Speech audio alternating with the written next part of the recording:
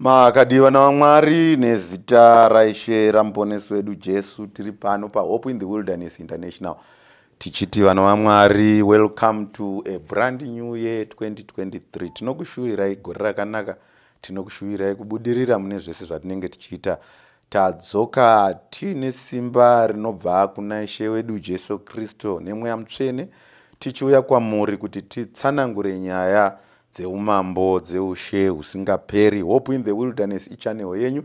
Tinokumbira muisapote nekulaika, nekusubscriber, nekusharewo pane vamwe vanenge vachida kunzwa zvirongwa zvatinazvo. Remember, pazvirongwa zvatinazvo Hope in the Wilderness tinobata kunyaya dzemichato nemarelationships, tinobata pamadoctrines ekuti bhaibheri chairo raMwari rinoda kuti tiite sei, uye tinobata paprofesi, tinobata izvo zvakare kuti Mwari zvaakaona zvikara, zvaakatiratidza John zvikara zviyana naDhanieri zvaimborevei zvinhu zvese zvatinoita. Pane chimwe chinhu chatodazve kuti titaurire kuvatariri vedu nevateereri kuti isusu seHope in the Wilderness tiripo pakuti tishandidzane. Kana muchitida kumakereke enyu kuti tiuye kwamuri live tichitsanangura nyaya idzi, munongotibata pamaemail edu nepamafoni namba edu anenge akaprovidwa pazasi apa. Touya toshanyirana, toswera tichikurukura tichitaurirana nyaya dzeushe husingaperi. Panyaya dzedoctrine takazoteera nyaya dzavaChiwenga,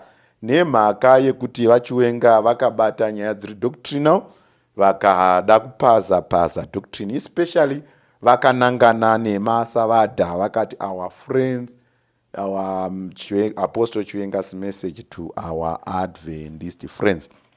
Takambobata part 1, ezvino tiri part 2. Part 2 yacho inyaya yakati simbei yatinoda kuti titaure nezvayo, tichateerera zvishoma kuti vaChiwenga vari kuti chi, tobva tapinda munyaya yacho. Ngatiteererei zvedu kune vhidhiyo yavaChiwenga.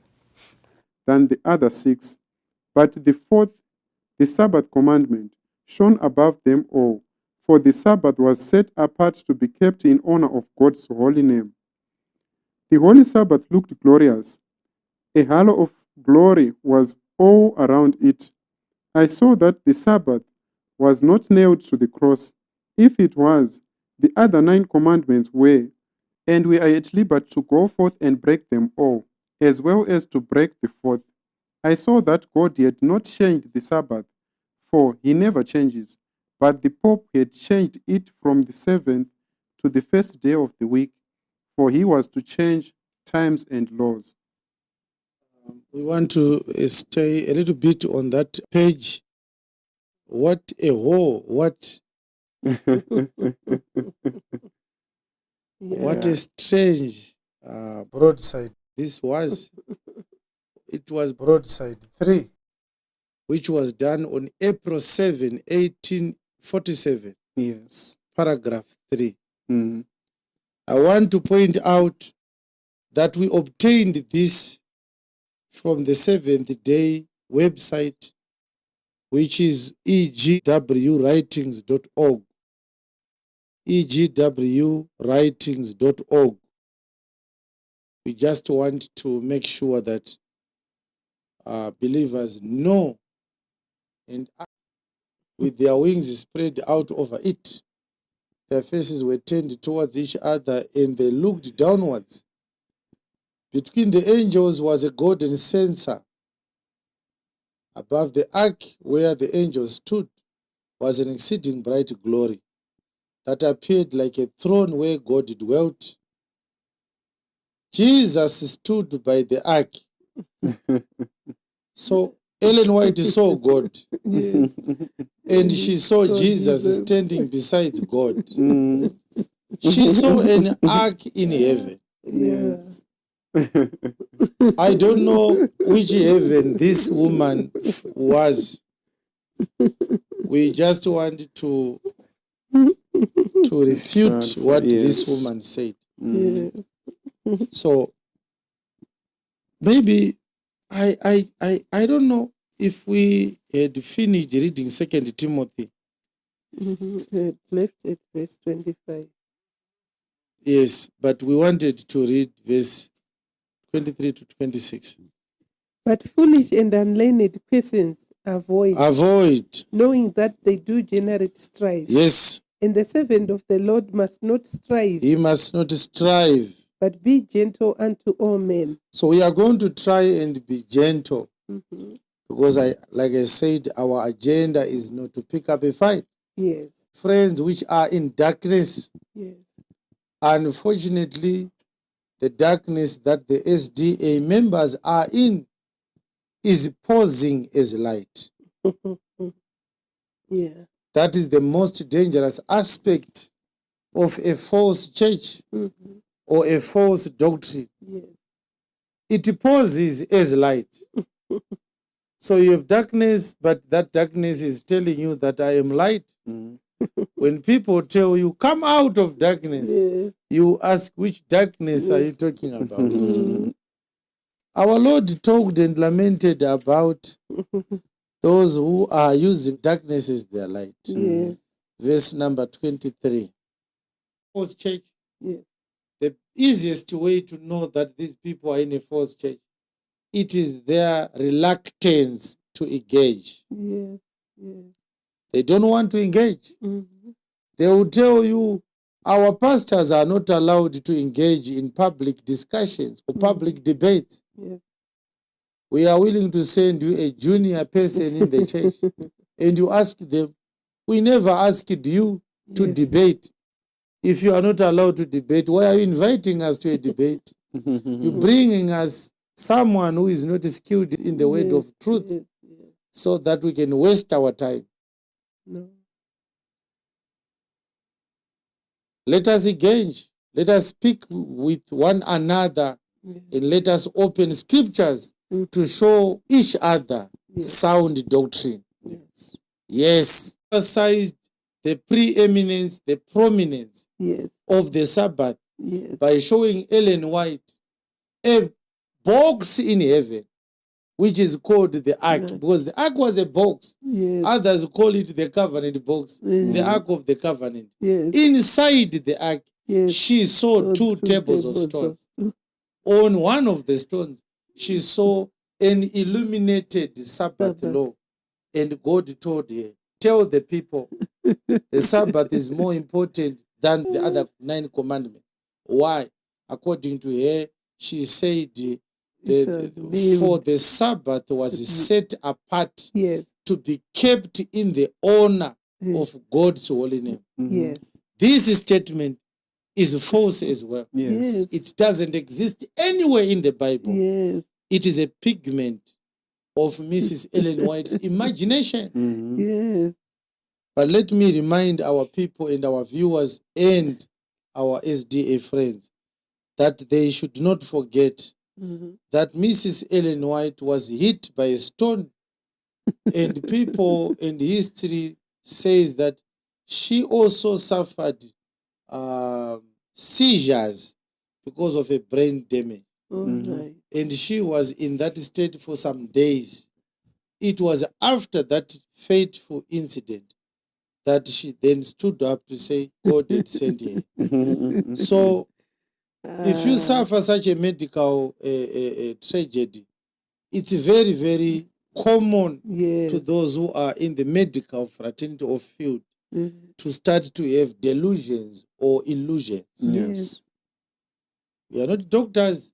We are just looking at facts. This is a historical fact. Yes. Mrs. Ellen White vakarwa nedombo vakatomborwara kwemazuva, vakatozoti vapora ndopavakazenga vati kurei, vakabva vatanga nhau dzavo idzi dzekuenda kudenga vachinoona holy of holies. Gwaro razviramba wena rati kudenga hakuna hall of holies, iro denga racho ndiro hall of holies. Yes. Kureva kuti mai White vakaona chinhu chisiko, kureva kuti havana kuenda kudenga, havana kuona vision yekudenga. Mama vane magoritoto avakaona nezvisengu. Vakaona 9 commandments dzichiroverwa. Hebrews chapter 9, is it true that there is no holy of holies in heaven? Yes. But that heaven is the holy of holies. Verse number 24. For Christ is not entered into the holy places made with hands. Christ is not entered into the holy places made with it. Take note of the phraseology. Take note of the phraseology. Christ is not entered into the holy places made with hands. So the entry place here is the holy place. Yes. So where did Christ enter as a high priest? Which are the figures of the true. The holy places were a figure. They were figures of the true. Yes. But into heaven itself. Oh. Now to appear in the presence of God. Settled matter. Oh, yes. Ndopaya pateta kuti poto vanhu voti koma akuzvikudza maningi sei kutenda zvedu muMwari. It's very clear. It's very clear. The holy places which Christ entered, it's actually heaven itself. Christ did not enter into a holy place. Christ entered into heaven itself. Yes. But heaven is the true holy of holies. Yes. You see now? Yes. Heaven is the holiest.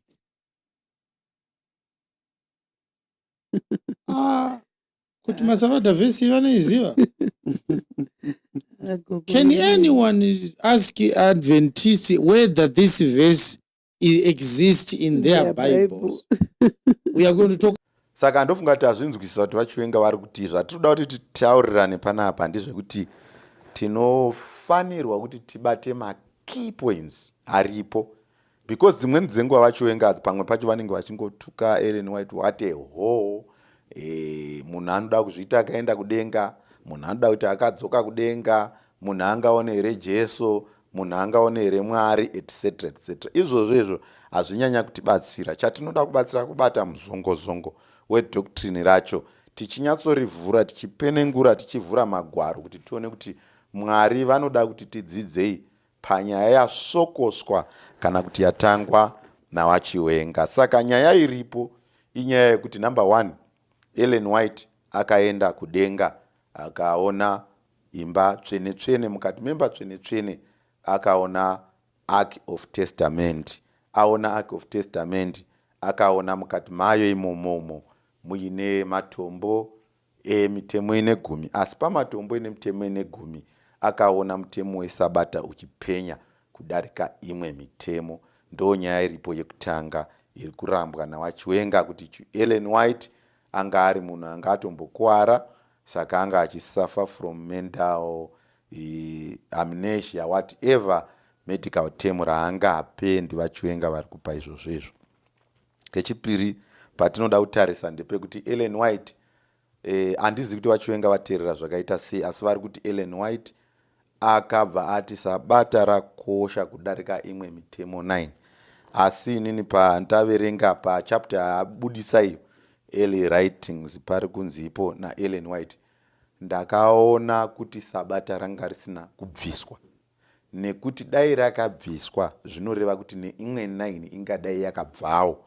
Ndo maexpressera aita kuda vachiwenga havanzwe chirungu mbichana, saka vazenge vakutiwo zviri kureva kuti iye Ellen White ari kuti mitemo 9 haina ukosha, weSabata wakakosha. Asi zvekunyora izvo kuti akati iye ndakaona Sabata rakakosha nekuti rinofanira kuchengetwa in honor of God's name. Chiwenga akati hapana zvakadaro izvozvo. Ndo zvinhu zvatiri kuda kuexamina pazuva ranhasi takatarisana nenyaya yedu yatinayo. Saka chekutanga ndechekuti icho takambopruvha. Munokwanisa kuti kana muchida vadiwa vateereri mudzokere kumavhidhiyo edu ekutanga, takambopruvha kuti ayo isusu ngatirege kuti Ellen White akaenda kudenga akaona Ark of Testament, ngatiti John. Nekuda kwekuti takapenengura tikaona John achizviona zvinhu izvi kudenga. Kuti tiite recap, titange gore rinoredzwa zvakanaka, ngativhurei zvakare kuna zvakazarurwa chapter 11 verse 19 yakatikoshera pari zvino. And the temple of God was opened in heaven. Saka chekutanga pavhidhiyo yatateerera vachiwenga vati kudenga hakuna tembenekeri, kudenga kunongori neheaven. Saka heaven iyoyo ndoiri kutonzi holy place. Mazvinzwaka vachitaura muvidhio, but ngatidzokorore tione panapa. Pavhesi 19 yazvakazarurwa chapter 11 iri kuti, and the temple of God was opened in heaven. Saka ini nechirungu changu chishoma nekusanzwisisa kwangu bhaibheri zviri kutaura kuti kune denga ritoriko, ende kwaita denga, mudenga imomo makaonekwa temberi. Saka mudenga mune temberi, nekuti kwanzi in heaven apa. And there was seen in his temple the ark of testament. Saka arki iya iri kushoorwa navachiwenga nezviripo yakatoonekwa kudenga. And there were lightnings and voices and thunderings and earthquake and great hail. Izvi zvakudescribwa zvinoreva kuti chaitove chigaro chamwari, zvinoreva kuti chigaro chamwari chiri ikoko kune tembenekeri. Saka vhesi 19 yechapter 11 yazvakazarurwa iri kuoneswa John. Saka John ari kuti kune denga, ari kuti kudenga ikokoko kune temberi, ari kuti mutemberi imo mune ark of testament, ari kuti imomomo ndo maakaona kubwinya zvinongoita kuonekwa kwaita kubwinya pachigaro chamwari. Saka zvino vachiwenga vanoda kuti vakatorawo vhesi yavo vobva vati mazvona Masavadha akamboona here vhesi vachiseka zvavo nevamwe vavo, kungoita zvavo zvakanaka, asi isusu hatipo pakunyomba kana pakuseka. Asi ndangada kubvunzawo kuti zvakazarwa chapter 11 verse 19 vachiwenga vakambosanganawo nayo here? Kana mavaona moti shamwari yenyu yakamiririrawo Masavadha mainyomba yabvunza izvozvo, ende yatiwo nevhesi iyoyo kudenga zvechokwadi kune temberi. Kudenga kwaita temberi, mutemberi imomo munotori neark of testament. Ngatibate ipapo vana vaMwari. Saka tadarozvo vana vaMwari, tichada kuti tidzokere kuna Exodus chapter 25. Yakatikoshera, akambodzivhura ka zvakangokosha kudzokorora tisingadzokorori kudenga machechi tingada singachatoe wane shoko kuti akare rei. Pane vamwe vakaita nyaya idzi dzatakataura, dzimwe dzacho kuisa futi nekuchirungu. Iyo inyaya vanoda kuiona nekuchirungu iripozve pachanel yedu apa tinenge tichiitira kuti isusu tiite nyaya idzi kuitira kuti vaya vasinganyatsonzwi chishona vari interested nekufolowa nyaya idzi, nekuti naivo vachiwengawo vanodzita nechirungu vakwanise kuti vatiteedzere. Exodus chapter 25 verse 8 iri kuti, and let them make me a sanctuary that I may dwell among them according to all that I show thee, after the pattern of the tabernacle and the pattern of all instruments thereof, even so shall ye make it. Saka ari mugoma ari kubva aradzwa kuti imwe taski yauchaita iwe ndeyekunovaka tembenekeri, uivake nenzira yandichakuratidza, according to the pattern yandichakuratidza. Zvoreva izvo kuti Mwari atori particular nepattern yacho aitora somewhere. In other words, ndosaka tichiti isusu tabernacle yakanga iri muwilderness mugwenga, chero yakazonovakwa permanently nana Solomon vasvika munzvimbo yeKenani, yanga iri a replica kana kuti miniature yeyaakanga aratidzwa naMwari. Zvoreva kuti Mwari kana ari kumuratidza pane paaitora. Now mukaona yabva yati number 1 vaka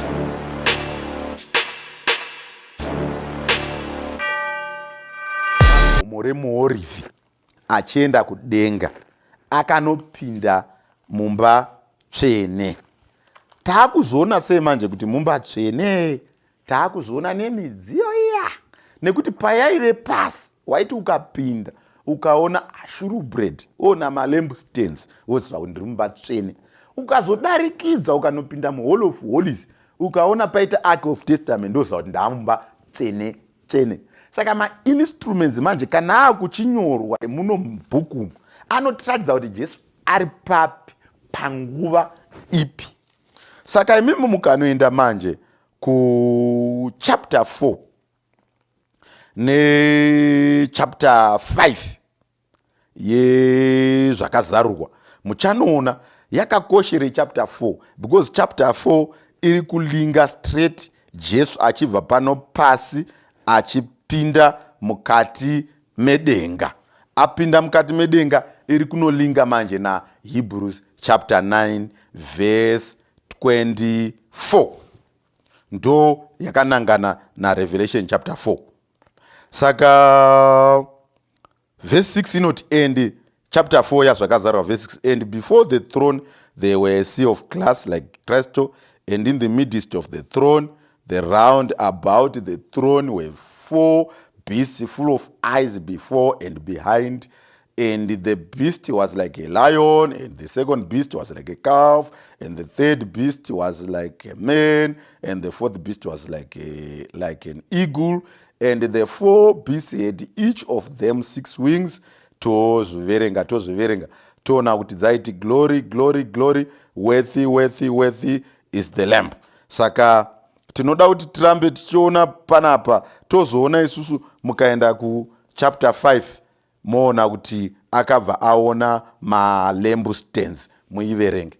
Saka zvoreva kuti pa chapter 4 ne chapter 5 pari kunovhurwa maseals, Jesu apinda mu holy place.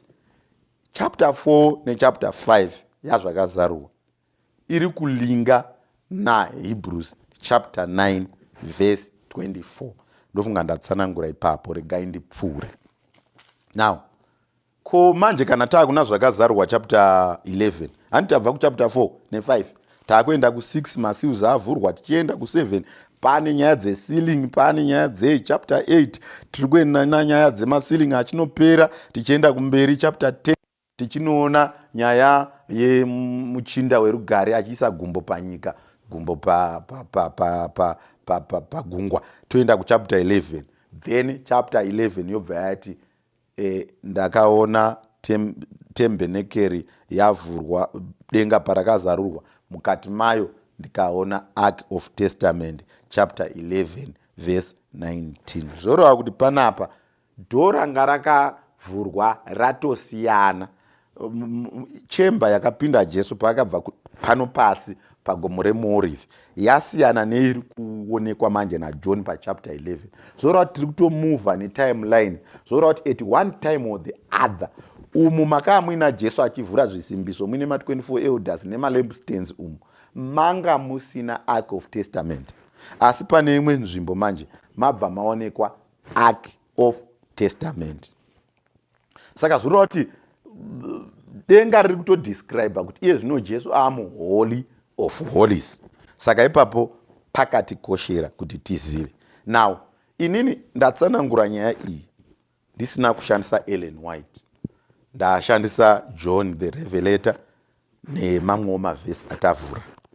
Saka chinoita amuse kana chinoda kuti tishamiswe ndechekuti, saka kana Ellen White akaenda kudenga, of which John kudenga akaenda, John aenda kudenga akanoona Jesu ari mumba tsvene pakavhurwa zvisimbiso. John akazoramba ari muvision futi, akatiudza zvimwe zvaakaona kuchapter 11 pane imwe nguvazve akazoona temberi yavhurwa kudenga, ndobva aona ark of testament. Saka Ellen White wo aendawo kudenga akanoona throne iya, akanopinda mutemberi muya mataurwa, apedza akaona ark of testament. Hatigumiri ipapo. Saka zviri kureva izvo kuti zviri kuonekwa naEllen White izvi, nyangwe dai asina kuzvipiwa mumuono, tingadai tichingozviziva nekuti zvirimo mubhaibheri. Ellen White ari kutoshanda nebhaibheri. Remember imwe nyaya iripo yatakataura ndeyekuti patinotaura nyaya yeunto 2300 days, patinotaura matime prophecies, Jesu achiti achimutsa muprofita achaona zvenguva, ozomusa muprofita anogira nguva painopera, time prophecies, present truth prophet. Takati isusu Ellen White ari kutonobata nyaya dzakaonekwa naDaniel, ari kutail end kwe 2300. Ndiye ega muprofita anonokwanisa kuti 2300 days kana kuti years dzakaonekwa naDhanieri dzakaperera apa. At least ndiyega akaatempta, chero hatiti tagara pasi totanyeba kana kuti handizvo zvakaona, ndiye ega. Vana Chiwenga havatsananguri nyaya iyoyo, vana William Marion Branham havatsananguri nyaya iyoyo, vana John Smith havatsananguri nyaya iyoyo, all modern charismatics movements havatsananguri nyaya iyoyo. Vese vatinoziva vana Benny Hinn kuenda kwese havatsananguri nyaya iyoyo, inotsanangurwa naEllen White chete. Saka Ellen White anonoita deep paBhaibheri, saka anotora nyaya dziri muBhaibheri manje odzimagnify. Saka panyaya yatataura iyi ndeipi yakaonekwa naEllen White isiri muBhaibheri? Kunyange anga akaremara brain, ane chirwere chepfungwa, ari sekutaura kwaita Chiwenga, but chaasina kuona ndechipi chisina kuonekwa naJohn. Ndosaka ndichiti nini, Chiwenga ngaarege kuti kudenga hakuna temberi, ngaarege kuti temberi ndiyo holy place, ngaangoti chete ini handidi kunzwa zvinotaurwa naEllen White, topedzerana, kwete kuda kunyepa. Nekuti so far I have not even go into early writings, ndangoshandisa inini Bible.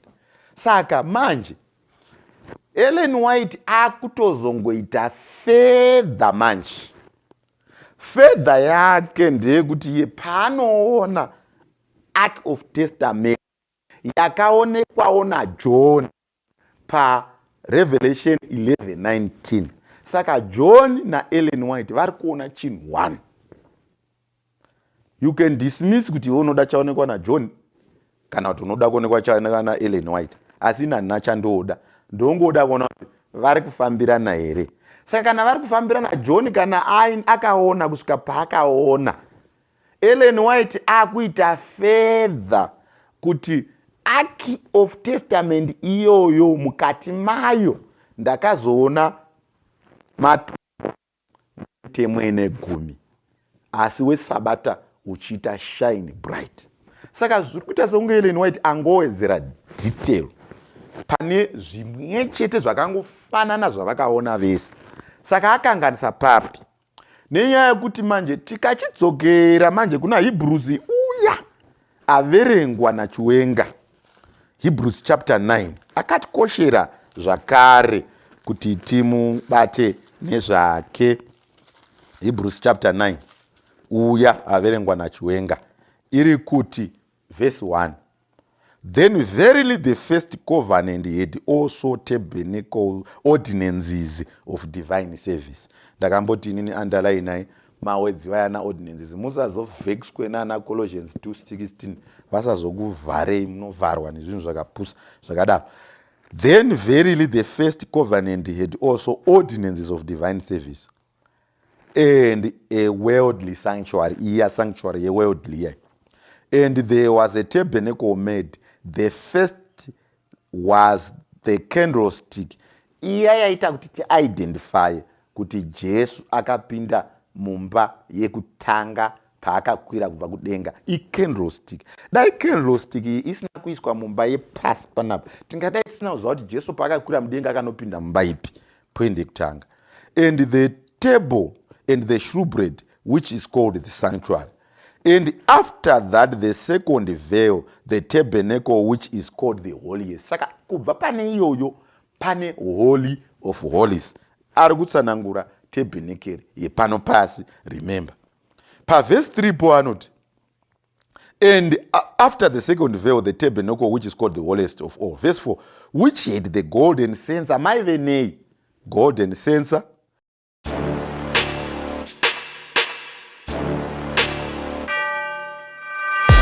Yanzi nema instruments acho aise panzvimbo dzandataura, nemhaka yeMwari vari particular, nekuti vanoziva kuti zvinokonzena ruponeso rwedu. Yaitwa reiterated nyaya yacho iyoyo paverse 40. Vanoda kuzoverenga Exodus yese muverenge nekuti midziyo yacho yaiswa papi ichiitwa sei. Paverse 40 panzipo, and look that thou make them after their pattern. which was showed there in the mountain. Moses, ita chokwadi kuti ugadzire midziyo iyi netemberi nenzira yandakuratidza mugomo. Nekuti Mwari ari particular nesalvation, Mwari ari particular nekuponeswa kwevanhu. Zvikuru kuti tembenekeri iyi yakanga ichitokopwa kubva kune iri kudenga. Zvino kana mati haiko kudenga, Hebrews yataura ka ikati iyo ndiani yatataurwa yataverenga nayo zvakazarurwa 11:19 ikati the temple in heaven was opened. Saka iriko ndo yainzi Moses vaka seyandakuratidza. Handei pa Hebrews chapter 9 verse 24. Chapter 9 verse 24 yakatinakira because yaverengwa navachiwenga. Saka handei pairi tinoiverenga. Verse 24 iri kuti, for Christ is not entered into the holy places made with the hands. Saka zvinoreva kuti paane maholy place mairi. Yekutanga isina kugadzirwa nemaoko emunhu. Zvinoreva kuti imwe yacho yagadzirwa naMwari. Zvitoripo paHebrews chapter 8 tinozozviverenga zvedu tichizvipruvha tichifamba nenyaya yedu yakanaka. Regai ndimboipedza verse 24. For Christ is not entered into the holy places made with hands, which are the figures of the true. Saka zvinoreva kuti kune true. Ndo zvazviri kubuda panapa. Pane shadow, pane true. Shadow iyi ndo yakavakwa nemahands. Kana yavakwa nemahands ndo ipi? Ndo yakavakwa kana Moses mugwenga, ndo yakanovakwa naSolomoni, ndo yakazoitwa resuscitated panguva yana Ezra. Saka kune true. Saka zviri kunzi izvo, which are a figure of the true, but into heaven itself, now to appear in the presence of God for us. Saka zvazviri kureva ndezvekuti izvo pari kunzipo Mwari kana kuti iko Jesu haana kupinda mutembenekeri yepano pasi manje iye mashadows iyi. Iye yaive nehigh priest shadow, iye yaive nemapriest aive mudaily temple shadow, asi uyu apinda mutrue, apinda kuheaven. Kupinda kwaaita kuheaven uku, Chiwenga hameno kuti ari kuverenga sei. Hakuna kunziko apinda kuheaven isina temple. Pari kutonzi ipo kupinda kwaaita kuheaven uku, apinda mutemberi isina kuvakwa nemaoko evanhu, iri kudenga. Tofanira kupabata ipapo. Nekuti iye anzi iyo, iye ari kuticha sezvinonzi pazvanzi zvino apinda mudenga. Zviri kureva kuti pazongouya phrase rekuti apinda mudenga, zvoreva kuti hamusitorina temple. But pabate zvakanaka vana vaMwari. For Christ is not entered into the holy places made with hands. Haana kuenda mumaholy place yagadzirwa nemaoko evanhu, asi apinda mudenga mutrue. Kureva kuti kana apinda mudenga mutrue, atopinda muholy place yakagadzirwa naMwari iye. Now, pakatikoshera ipapo, regai timboona panapa pandandati nini toda kuti tiverenge verse 1 ya Hebrews chapter 8. And now of the things which we have spoken, this is the sum. We have such a high priest who is set on the right hand of the throne of the majesty in heaven. Saka muheaven imomo futi maita throne. Right. A minister of the sanctuary. Saka mune sanctuary. Sanctuary yoyo mu sanctuary ndo mune throne. Ndo patinoda kubata. Zvakare zviri kuitika ndezvekuti mukaenda kuna Revelation chapter 11 verse 19 muchanokonfirma kuti paya panzi lightnings and thunderings zvinoreva kuti pane throne. Paita throne, pane Ark of Testament, paita Ark of Testament mukati metembenekeri. Ndo zviripo izvo zvezvo. Saka pari kunzi panapa right hand, let me catch it again. Hebrews chapter 8 verse 1. Now of the things which are spoken, this is the sum. We have such an high priest who is set on the right hand of the throne of the majesty in the heavens. Mu heavens, zvoreva kuti kune denga. Kwaita denga, kune throne. maita throne, verse 2, a minister of the sanctuary, mune sanctuary, a minister of the sanctuary, and of the true tabernacle, iya manje, verse 24. Yachinzi iyo verse 24 nekuti chapter imwe chete, chapter 8. Remember Bible rasina machapter, saka ukanochamba kuchapter 9 woenda verse 24 inonzi haana kupinda musanctuary kana kuti muholy place yagadzirwa nemaoko, apinda mutrue. Saka verse 2 yechapter 8 iri kuti a minister of the sanctuary and of the true tabernacle which the Lord pitched and not man. Clarity yaklarifaiwa. Kune temberi kudenga, kune sanctuary kudenga. Kusanctuary umomomo mune throne. Muthrone umomomo haina kupichwa nemunhu asi yapichwa naMwari. Taida kuti tingoita set background, set the ground, so that kana topinda mune zvakazoonekwa naEllen White zviri kutaurwa naApostle Chiwenga tinenge takudhila nazvo zvakanaka. Now pane imwe nyaya ndoda kutaura yatinofanira kuti tione, tiwirirane. Now Paul zvaari kunyora pachapter 9 ya Hebrews verse 24 pakakosha kuti tipatsokodzere. Ari kuti for Christ is not entered into the holy places made with the hands, which are the figures of the true. Zokerai kuchapter 8 kana muchida kuona kuti musarasike. But into the heaven itself, now to appear in the presence of God for us. Saka Mwari ariko futi. Mystery yaMwari hatingainzwisisi, whether kupinda kwake zvinoreva hatisuda kutaura izvozvo. Apa pakanyorwa zvakazviri simple, kuna Mwari, Mwari Baba. Jesu upinda, right, mutemberi. Iya yataurwa kuchapter 8. Apinda mutemberi. Panzi haana kupinda holy place made with hands, but iri kudenga. Saka zvazviri kureva manje ndezvekuti Paul paari kunyora pachapter 9 haasi kunyora prophecy, ari kunyora zvinhu zviri kuitika panguva idzodzo idzo. Saka panguva yaPaul Jesu anga ari muholy place. Tinofanira kuti panzwisise pakakosha. Now back to hatitei back to nyaya yatachitaura yekuti Moses akanzi gadzira tabernacle nemidziyo iyi uiise panzvimbo chaidzo chaidzo dzandakutaurira. Usavhenganise, usazvichinjanise, zvakakosha. Saka hatichionai kukoshera kwazvakaita. Let me reiterate, regai ndipinde futi panyaya yangu iyo. Ndati inini Moses, not Moses, sorry, Paul paari kunyora verse 24 haasi kunyora prophecy, ari kutonyora zvinhu zvakaitika. Saka ari kuti muri kuzviziva here kuti Jesu haana kupinda mudzimba idzi dzamaiziva idzi tsvene dzakagadzirwa nemaoko evanhu, asi akaenda kudenga. Ndo zvaari kutaura pozvo. Kunopindepi? Kunopinda muholy place, very critical. Saka panguva yaPaul, Paul ari kutoti panguva yangu Jesu ari muholy place, haasi muholy of holies. Saka description manje inozoitwa naPaul naJohn inenge ichinoti siyanei pane imwe nzvimbo neimwe nzvimbo, depending nekuti vari kuona Jesu ari papi.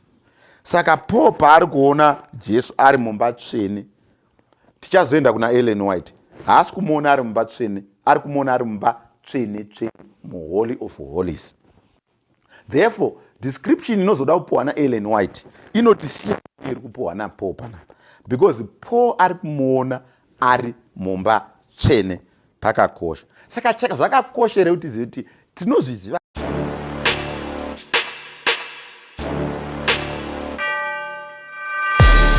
overlaid around about with gold, wherein was the golden pot that had manna, and Aaron's rod that budded, and the tables of the covenant.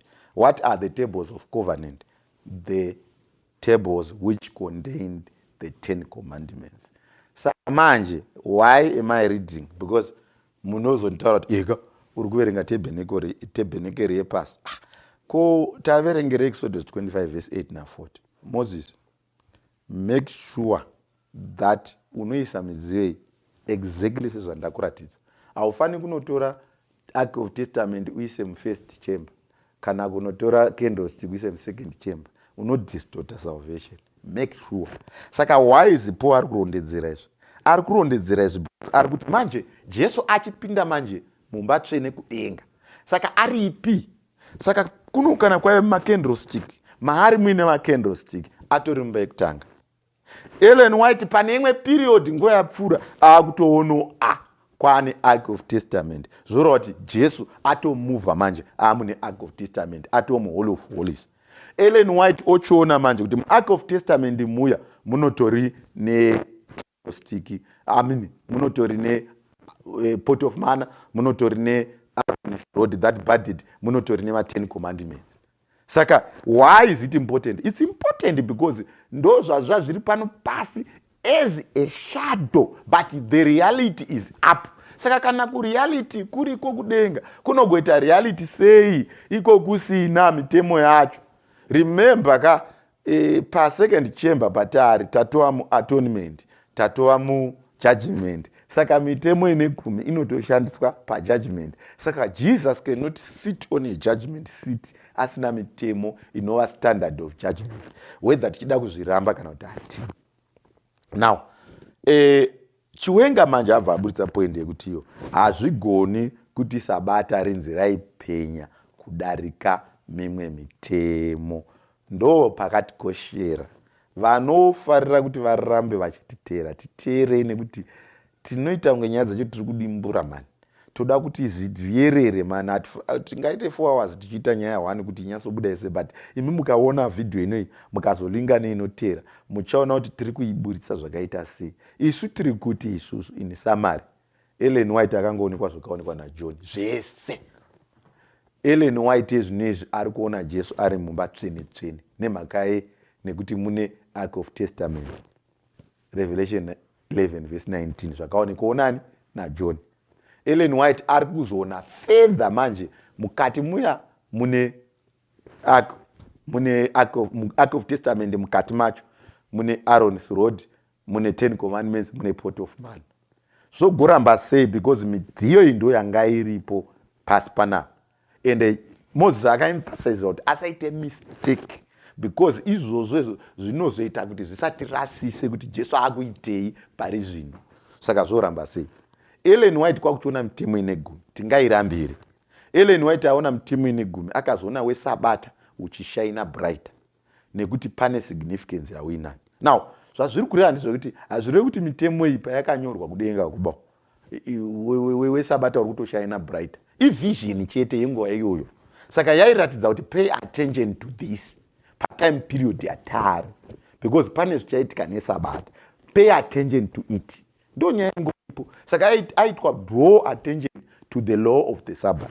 Asi Chiwenga nekusaverenga kwake zvakanaka early writings atiye zviri kureva kuti Ellen White ati mwe 9 nabasa asi we10 asi weSabata ndo nebasa, but inini materera ndaita paanga achiverenga even iye Chiwenga part ipo. I saw that the 4th commandment was not abolished. If it was, then even all the other 9. Ellen White ndiinterpretere Chiwenga ari kuti ndakaona kuti mutemo weSabata wanga usina kubviswa. Dai wakabviswa kana neimwe 9 yese ingadai yakabviswa, zvichireva kuti iripo yese iri 10. Chechipiri Chiwenga aramba akati, Ellen White atiye mutemo weSabata wakakosha in honor of God. Aramba izvozvo. Isusu ndo patauda unopinda vanoda kutiteera, vanoda kunzwisisa nyaya iyi. Tokumbira mutiteere, tokumbira mufambe nesu. May God bless you as we continue to explore. Mutiteere next video.